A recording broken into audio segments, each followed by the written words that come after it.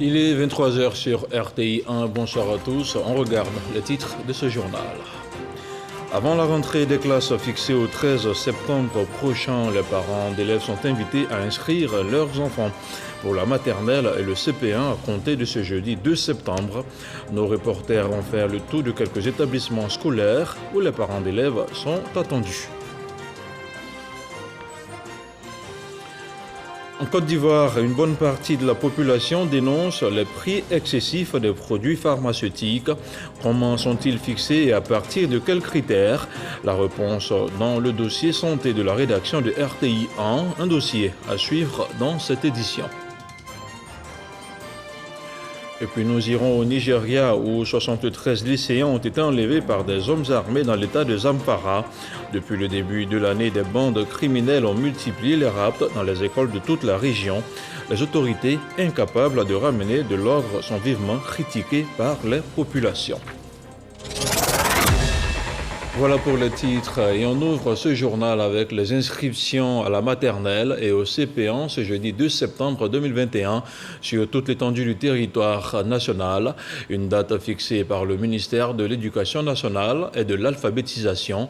Une date quelque peu boudée par les parents d'élèves. Notre reporter Patricia Omouitia a constaté ce matin le manque d'affluence dans une école dans la commune de Cocody. Voici son reportage. Groupe scolaire Château dans la commune de Cocody ce jeudi. Pas d'affluence pour les inscriptions à la maternelle. Cependant, certains parents d'élèves sont présents. C'est la rentrée au niveau de la maternelle. Alors nous avons donc décidé de venir prendre contact avec les responsables de l'école pour avoir toutes les dernières informations relatives à l'inscription des enfants. On leur a dit que les inscriptions ont commencé depuis aujourd'hui et prennent fin normalement le 10 de ce mois, puisque la rentrée est prévue pour le 13 septembre. Et donc, ils viennent savoir qu'est-ce qu'il faut pour les inscriptions, l'inscription de l'enfant à la maternelle. Ici également, à l'école primaire Cocody S, on enregistre des inscriptions pour la classe du CP1. Jusque-là, nous avons reçu que 3 dossiers. Les enfants qui ont fait la maternelle viennent avec les dossiers de la maternelle. Là, les enfants qui n'ont pas fait la maternelle viennent avec l'extrait. On accepte aussi les enfants qui n'ont pas d'extrait. Selon les responsables, les inscriptions sont gratuites et se font sur présentation ou non d'un extrait d'acte de naissance ou d'un jugement supplétif. Nous souhaitons que les portes soient les plus grandes ouvertes possibles pour qu'aucun enfant ne reste en dehors de l'école. Et nous avons pris toutes les dispositions pour ce faire. Mais là, nous lançons un appel pressant à tous les parents de ces enfants qui n'ont pas encore d'extrait d'acte de naissance. Une fois que l'enfant est inscrit ainsi sans extrait d'acte de naissance, le parent a le devoir de tout mettre en œuvre pour régulariser la situation de l'enfant. Pour la maternelle, la tutelle impose pour critère les enfants âgés de 3 ans au 31 décembre 2021 dans les écoles à 3 sections. Les enfants âgés de 5 ans au 31 décembre 2021 seront admis dans les écoles à 1 section. Pour rappel, la rentrée scolaire 2021-2022 aura lieu le lundi 13 septembre 2021 sur toute l'étendue du territoire national. Même son de cloche dans la région du Morono à Bongouanou, par exemple, ce n'était pas non plus l'affluence des grands jours. Le constat d'Herman Yamia. Groupe scolaire hôpital de Bongouanou ce jeudi 2 septembre. Il est un peu plus de 10h30, mais aucun mouvement n'est visible dans cet établissement qui est le plus grand de la région du Morono. Normal, les élèves sont encore en vacances. Mais ce 2 septembre marque cependant le début des inscriptions pour les élèves de la maternelle et du CEP1 sur toute l'étendue du territoire ivoirien. Pourtant, dans cet établissement, depuis matin, l'on n'aperçoit l'ombre d'aucun parent d'élève. Depuis ce matin, il n'y a pas d'engouement pour l'instant. Voilà. Les parents se disent qu'ils ont tout le temps devant eux pour venir inscrire leurs enfants. C'est aux dernières heures, là, au dernier jour, qu'ils se précipitent. Pour l'instant, je viens de recevoir un parent qui vient de partir. Mais bon, je suis convaincu qu'à partir de lundi, mardi, mercredi, en tout cas, il y aura beaucoup plus d'engouement. Comme Blaise Oussou, le directeur de l'EPP Hôpital 2, l'une des 5 écoles primaires du groupe scolaire Hôpital, se tourne également les pouces. Nous sommes là depuis 8 heures. Nous n'avons pas encore reçu un parent. Et actuellement, il est 10h35. Aucun parent ne s'est encore présenté. À peine l'interview terminée, cette dame fait son entrée au bureau du directeur. Elle est venue inscrire son fils au CEP1 à la grande joie de ce dernier. C'est pour prendre la rentrée en marche, puisqu'on dit c'est le 13. Donc je vais que dès que les classes s'ouvrent, mon fils soit à l'école. Je fais l'école maternelle, je suis content d'aller au CEP1. Après le groupe scolaire hôpital, direction l'école primaire catholique. Ici également, c'est le même constat. Ici à Bongwanou, c'est un autre cas. Ils attendent, comme la rentrée officielle c'est le 13, ils vont se présenter. Le directeur régional de l'éducation nationale indique que chaque année, c'est le même constat malgré les actions menées pour inciter les parents d'élèves. Depuis l'annonce, n'est-ce pas, des inscriptions, eh bien avant cela, nous avons fait un communiqué nous-mêmes que nous avons déposé dans nos radios locales. Et ce communiqué-là passe constamment à l'endroit de nos populations. Mais c'est une remarque que je voulais faire. Dès que commencent les inscriptions, ça a toujours été timide. Le temps est très court. Ça fait à peine une semaine. Je leur ai demandé effectivement d'inscrire leurs enfants à temps. Débuté ce jeudi 2 septembre, l'inscription des élèves à la maternelle et au CEP1 s'achève officiellement le vendredi 10 septembre. On continue à parler d'éducation dans l'Anyebi Tiassa. La journée de l'excellence et du mérite a été célébrée le 1er septembre dans la commune de Tiassalé. Sous la supervision du ministère de l'Éducation nationale, 9 élèves ont été récompensés. Le maire de la localité et le parrain de la cérémonie ont exhorté les récipiendaires à cultiver l'abnégation et à rejeter la fraude. Jean-Marc Djadji.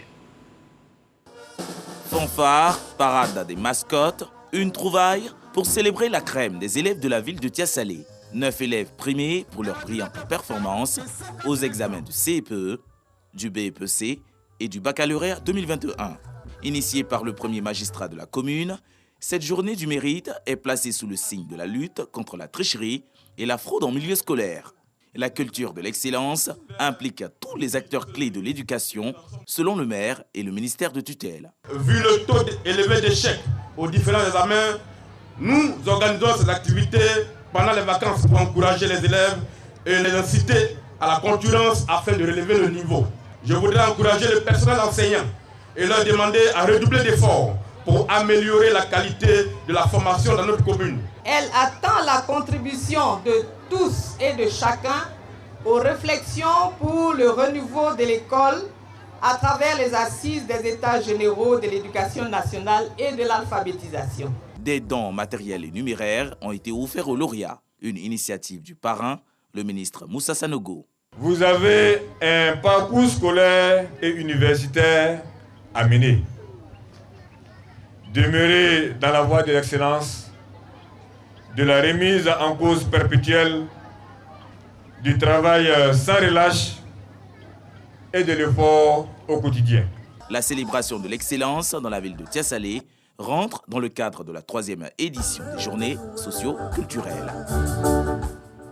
Hors de chez nous, à Kigali, la ministre Mariatou Kone et les membres de sa délégation étaient ce jeudi au ministère de l'Éducation nationale du Rwanda. L'occasion pour la ministre Valentine Uwariaria d'exposer à ses hôtes la mission de son département ministériel, celui de transformer les Rwandais en capital humain qualifié et compétent en leur fournissant une éducation de qualité inclusive et équitable ancrée sur les valeurs rwandaises. Mariatou Kone s'est réjoui du partage d'expériences qu'offre cette mission d'études, une mission d'imprégnation importante pour l'éducation nationale de Côte d'Ivoire qui organise actuellement ses états généraux. Le compte rendu de notre reporter Hugues Hervé-Blé dans nos prochains journaux. Une consultation virtuelle de haut niveau sur l'enrichissement des aliments en Afrique a été lancée ce jeudi par le PAM, le Programme alimentaire mondial et le gouvernement ivoirien. La rencontre s'est déroulée en présence du secrétaire général de la présidence de la République et du ministre de la Santé, de l'Hygiène publique et de la couverture maladie universelle. Le point de la rencontre avec Grace Kondo. Rencontre virtuelle de haut niveau sur l'enrichissement des aliments en Afrique au Centre d'excellence régional contre la faim et la malnutrition. Sont concernés plus de 400 acteurs des secteurs de la santé, de l'agriculture, du commerce, de l'industrie, de l'éducation et de la nutrition. La Côte d'Ivoire a adopté depuis les années 1990 la stratégie d'iodation universelle du sel. Aujourd'hui, nous consommons du sel qui est enrichi en iode. Personne ne le sait, puisqu'on n'a pas changé vos habitudes alimentaires. Vous prenez le sel, vous assaisonnez. Mais vous avez vu autour de vous, le goût a été énormément réduit. C'est un peu ces stratégies. Elles sont moins coûteuses, elles sont prometteuses et ont des bons résultats. Et en Côte d'Ivoire, le PAM est en train de faire des études pour voir la fortification du riz, parce que le riz, c'est un aliment de base et ce serait très important de l'enrichir avec de micronutriments, parce que ça fait une grande différence dans la santé des citoyens en Côte d'Ivoire. Cette concertation de haut niveau sur l'enrichissement des aliments se veut une opportunité d'échange et de partage d'expériences en vue d'éliminer la malnutrition sous toutes ses formes. Aujourd'hui, il y a une bonne frange des populations qui souffrent de malnutrition, notamment la vitamine A, l'iode, le fer, qui sont donc les éléments essentiels donc, pour la bonne santé des populations.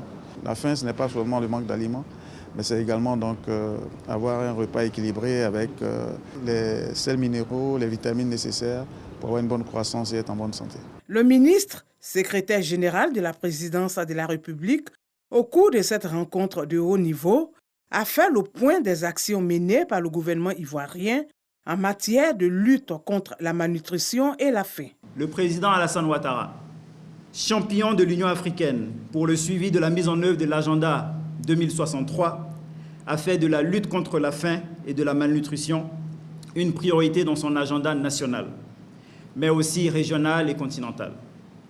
Ainsi, le CERFAM a été créé en 2019 et la Côte d'Ivoire lui apporte un soutien financier annuel.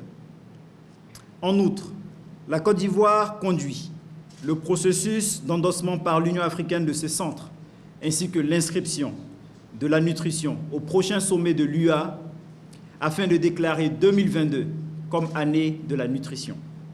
Éliminer la faim et la malnutrition à l'horizon 2030 est une priorité et une nécessité pour l'ensemble de nos pays. Et nous ne devons pas perdre ce combat.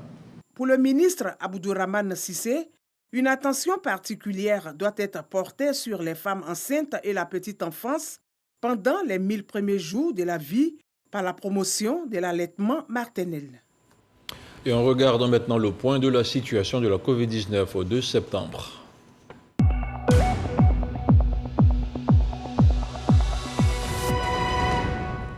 Le ministère de la Santé, de l'Hygiène publique et de la couverture maladie universelle a enregistré ce jeudi 2 septembre 373 nouveaux cas de Covid-19 sur 4460 échantillons prélevés, soit 8,4% de cas positifs, 152 guéris et 6 décès.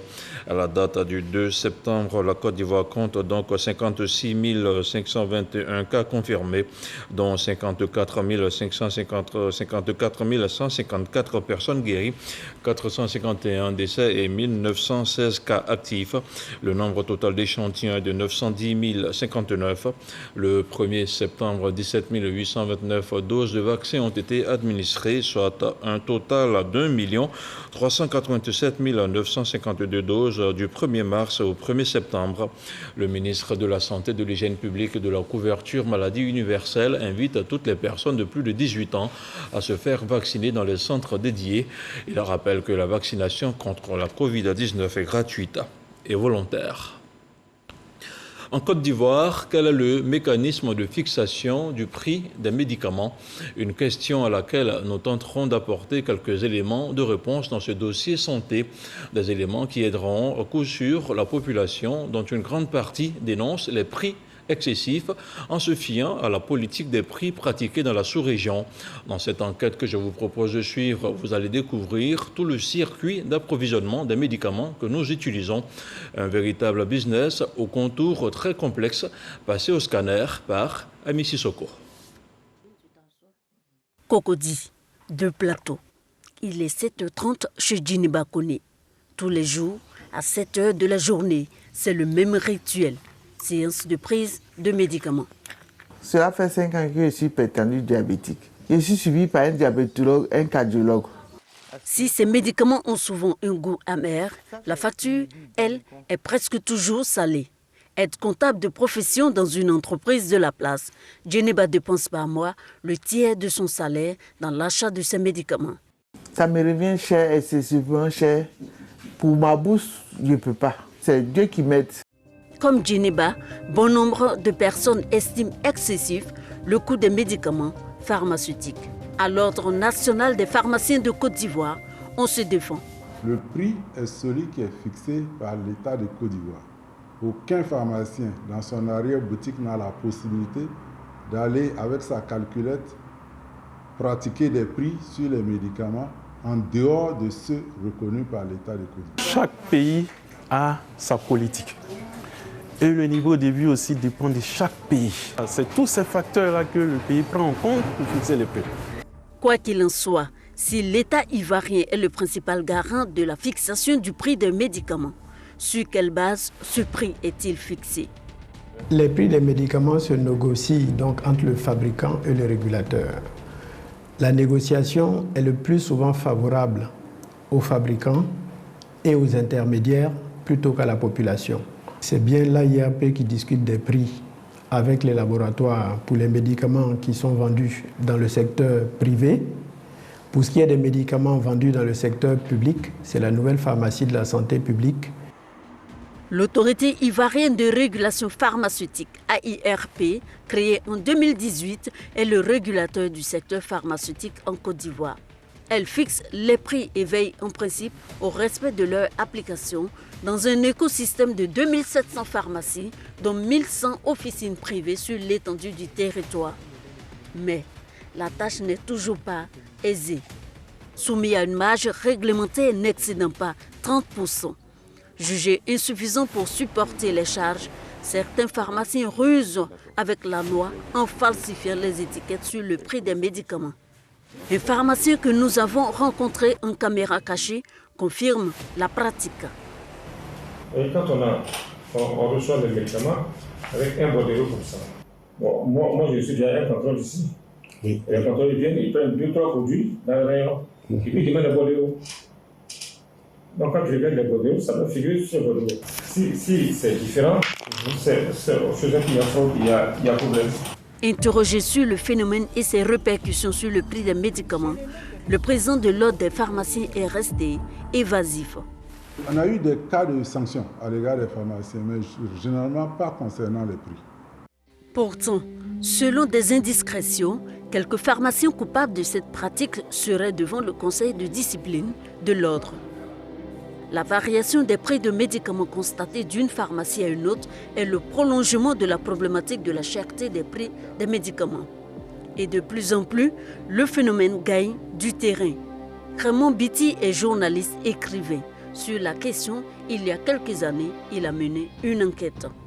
Pour un médicament qui peut coûter 385 francs dans une pharmacie, dans une autre pharmacie, ce même médicament coûte 400 francs. Ces nombreux travers qui impactent le prix final au consommateur incitent à s'interroger sur les acteurs qui constituent le cycle d'approvisionnement depuis la centrale d'achat à la petite officine privée. L'agence centrale basée en Côte d'Ivoire passe la commande de médicaments à la centrale d'achat en France. La commande est ensuite convoyée en Côte d'Ivoire où le grossiste répartiteur l'achemine vers ses agences commerciales avant d'être vendue en officine.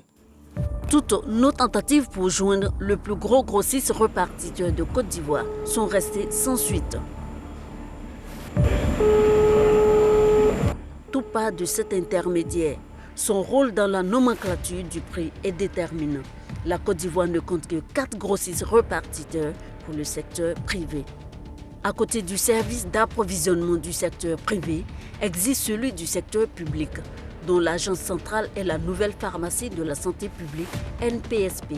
Cette structure, qui dépense plus de 40 milliards de francs CFA dans l'achat de médicaments, n'a pas elle aussi souhaité donner suite à notre sollicitation.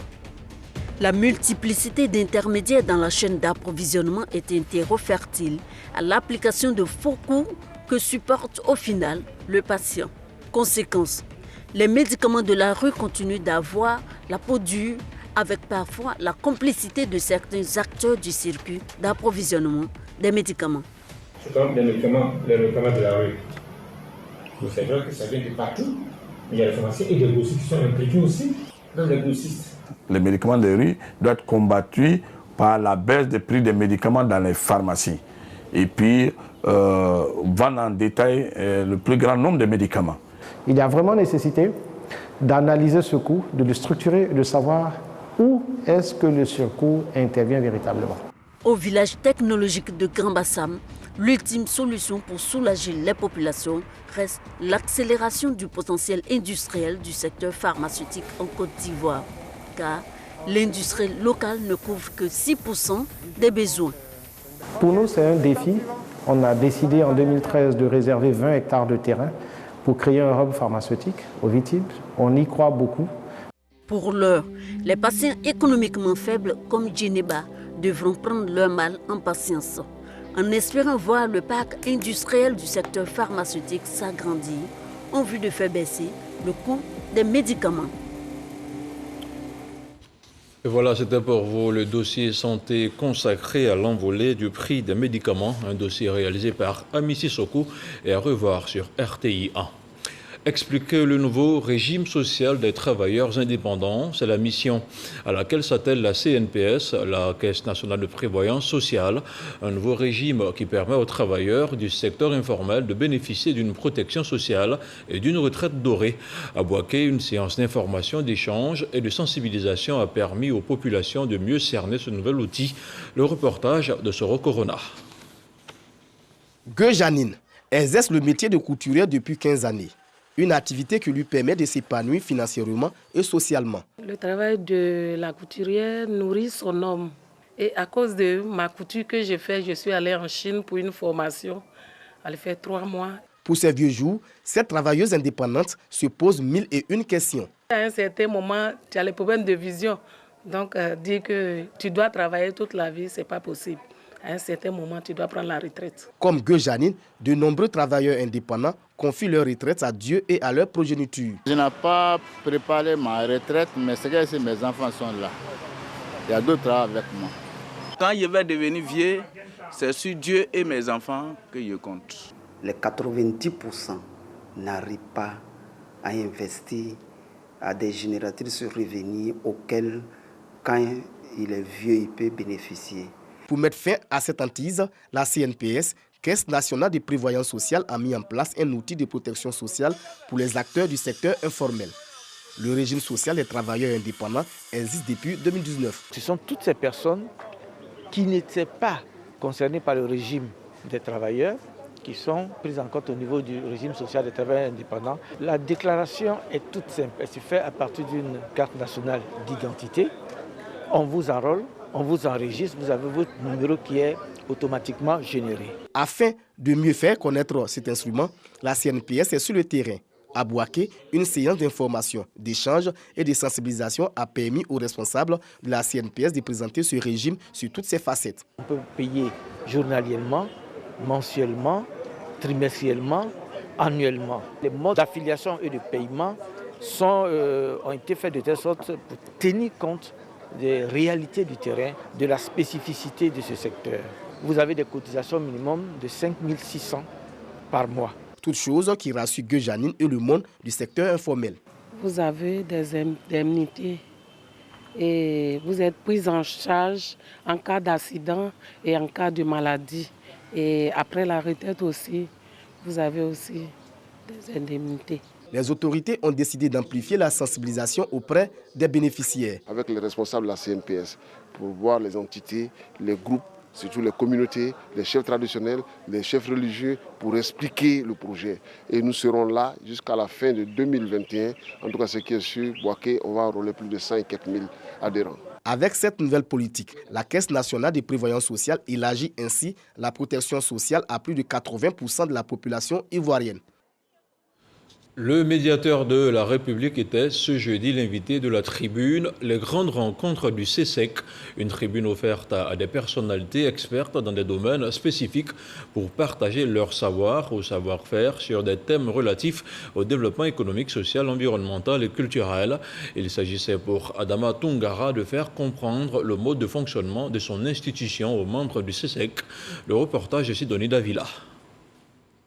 C'est une institution dont les activités sont peu connues des populations, mais qui joue un rôle très important dans la résolution et la prévention des conflits. Le médiateur de la République à la tribune du CESEC pour informer. Le médiateur de la République est une institution administrative indépendante, investie d'une mission de service public. Il ne reçoit d'instruction d'aucune autorité. Le médiateur de la République est nommé par le président de la République pour un mandat de 6 ans non renouvelable. La mission du médiateur de la République, premièrement, un protecteur des droits du citoyen contre les abus de l'administration. Deuxièmement, un acteur de renforcement de la cohésion sociale. À son actif, plusieurs conflits communautaires réglés depuis 2016 jusqu'à ce jour. Mais le médiateur de la République n'a pas seulement pour compétence de régler les conflits communautaires. Dans l'accomplissement de ces missions, le médiateur de la République contribue à la réparation des dysfonctionnements de l'administration et au rétablissement des citoyens dans leurs droits. La médiation est donc essentielle à la croissance économique et à la stabilité d'un pays, souligne Adama Toungara, applaudi et félicité par l'ensemble des membres de l'Assemblée consultative dirigée par Eugène Aka Aweli. Désormais, le déficit d'information que l'on pourrait avoir sur le rôle de cet intercesseur gracieux entre l'administration et les administrés, précieux acteurs de renforcement de la sérénité sociale, relève du passé. Les échanges qui ont suivi l'exposé ont permis aux conseillers de connaître davantage l'institution, le médiateur de la République. C'est important que nous-mêmes nous vulgarisons l'importance de cette institution. Parce qu'il y a des cas qui peuvent être bien traités et qui n'ont pas besoin d'être forcément médiatisés, ce qui nous a fait comprendre. On a appris aussi que le médiateur est dans toutes les sauces où il peut y avoir danger pour la paix. Et que le médiateur est disponible et prêt à apporter son concours et généralement il réussit toujours à calmer les esprits. Avec l'avènement de nombreuses structures qui œuvrent pour la cohésion sociale dans le pays, Adama Toungara apprécie la synergie qui existe entre ces différentes structures pour une Côte d'Ivoire paisible. En parlant maintenant de politique avec des leaders et sympathisants du PDCI RDA qui viennent de rejoindre les rangs du RHDP. Ils l'ont fait savoir au ministre Amédée Kofi Kwaku. Le motif de leur ralliement dans ce reportage d'Éric Goré. Nous engageons désormais à accompagner le ministre Amédée Kwaku dans toutes ses actions, tant politiques que sociales. Originaire du Vé-Baoulé et vivant à Divo depuis plusieurs années, ces leaders de femmes responsables de jeunesse et têtes couronnées étaient du Parti démocratique de Côte d'Ivoire. Ils sont désormais au RHDP, le Rassemblement des Oufouettistes pour la démocratie et la paix. C'est avec fierté qu'ils ont décidé d'intégrer la famille des Oufouettistes, avec pour motif les actions de développement du président de la République Alassane Ouattara qui leur facilite la vie. En prélude à la célébration populaire de cet événement, Amédée Kofi, coordonnateur régional du RHDP de la région du Lodjibois, a reçu en sa résidence privée ses leaders. Au cours de leurs échanges, il a évoqué la similitude de la gestion de la Côte d'Ivoire par Félix Houphouët-Boigny et Alassane Ouattara, avant d'ajouter. Désormais, ils adhèrent à la vision du président Alassane Ouattara à travers donc, le RHDP. C'est ce qui motive leur présence. Alors donc, nous sommes très heureux de les accueillir dans la grande famille du RHDP, parce que comme nous leur avons expliqué, que la seule organisation politique qui est clairement dans la vision du président Houphouët-Boigny, qui est donc leur idole, c'est vraiment la politique du président Alassane Ouattara. Ces ex-militants du PDCI RDA ont pris l'engagement de sillonner différents campements pour rendre témoignage des actions du président de la République en leur faveur. On parle maintenant de la TNT. L'extinction du signal analogique sur l'étendue du territoire national est prévue pour le 31 décembre 2021. Mais avant cette date, IDT, la Société ivoirienne de télédiffusion, intensifie la sensibilisation auprès des populations. Dans la commune de Kong, une délégation de la structure a expliqué aux populations les avantages du basculement de l'analogique au numérique. Sur Corona. Le signal analogique du centre émetteur du Kong sera éteint le 28 septembre prochain. Avant cette date, l'IDT, Société ivoirienne de télédiffusion, intensifie les séances d'information, de sensibilisation et d'échange sur le terrain. Une délégation de cette structure, cheville ouvrière du déploiement de la TNT, télévision numérique terrestre, a échangé avec les populations du Congo et les localités environnantes. Nous sommes sur le terrain, nous croisons le corps préfectoral, les leaders d'opinion, pour leur annoncer que la TNT est effective dans leur région. Les avantages de la TNT et comment acquérir les kits. Tous les détails du processus de basculement du système analogique au numérique ont été passés au peigne fin. Des démonstrations pour voir la qualité des images de la TNT sont faites. Les populations n'ont pas manqué de dire leur joie. On a l'habitude de payer chaque fin du mois. Si tu n'as rien payé, c'est 5 000 francs. Et si on sait qu'avec ce basculement, une fois que tu as l'antenne, tout est gratuit, ça nous va droit au cœur et que nous, les responsables des communautés, on va sensibiliser nos parents. Je voudrais encore dire merci parce que là, c'est une grande satisfaction au niveau de la population.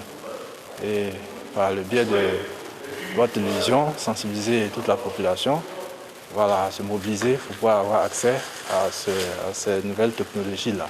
Le chef de la délégation a invité les populations à s'équiper en kit de la TNT avant la date de l'extinction du signal à Kong. Avant même de croiser les populations de Kong, j'ai constaté que dans la ville et dans certains villages déjà, il y a certains de nos populations déjà qui avaient les kits de réception. Et les questions étaient intéressantes. Plusieurs kits composés d'antennes et de décodeurs ont été distribués aux autorités administratives et aux leaders d'opinion. Cette tournée de sensibilisation du déploiement de la TNT s'est achevée dans le département de Dabakala. Et on termine ce journal au Nigeria où depuis le début de l'année, des groupes armés ont multiplié les rapts dans les écoles et autres établissements scolaires dans toute la région de Zamfara. Les bandits armés réclament ensuite des rançons aux proches des victimes. Près de 1000 étudiants ont ainsi été enlevés en quelques mois. Les incidents ont redoublé ces derniers mois, suscitant de vives critiques contre les autorités incapables de ramener l'ordre. Le président du pays, Muhammadu Buhari, est sous pression en raison de l'insécurité grandissante, malgré le déploiement de l'armée dans la région où les bandes criminelles ont établi des camps. Merci de nous avoir suivis. Ce journal est terminé. Il a été préparé par l'ensemble de la rédaction de RTI 1. Bonsoir et que la paix soit chez vous.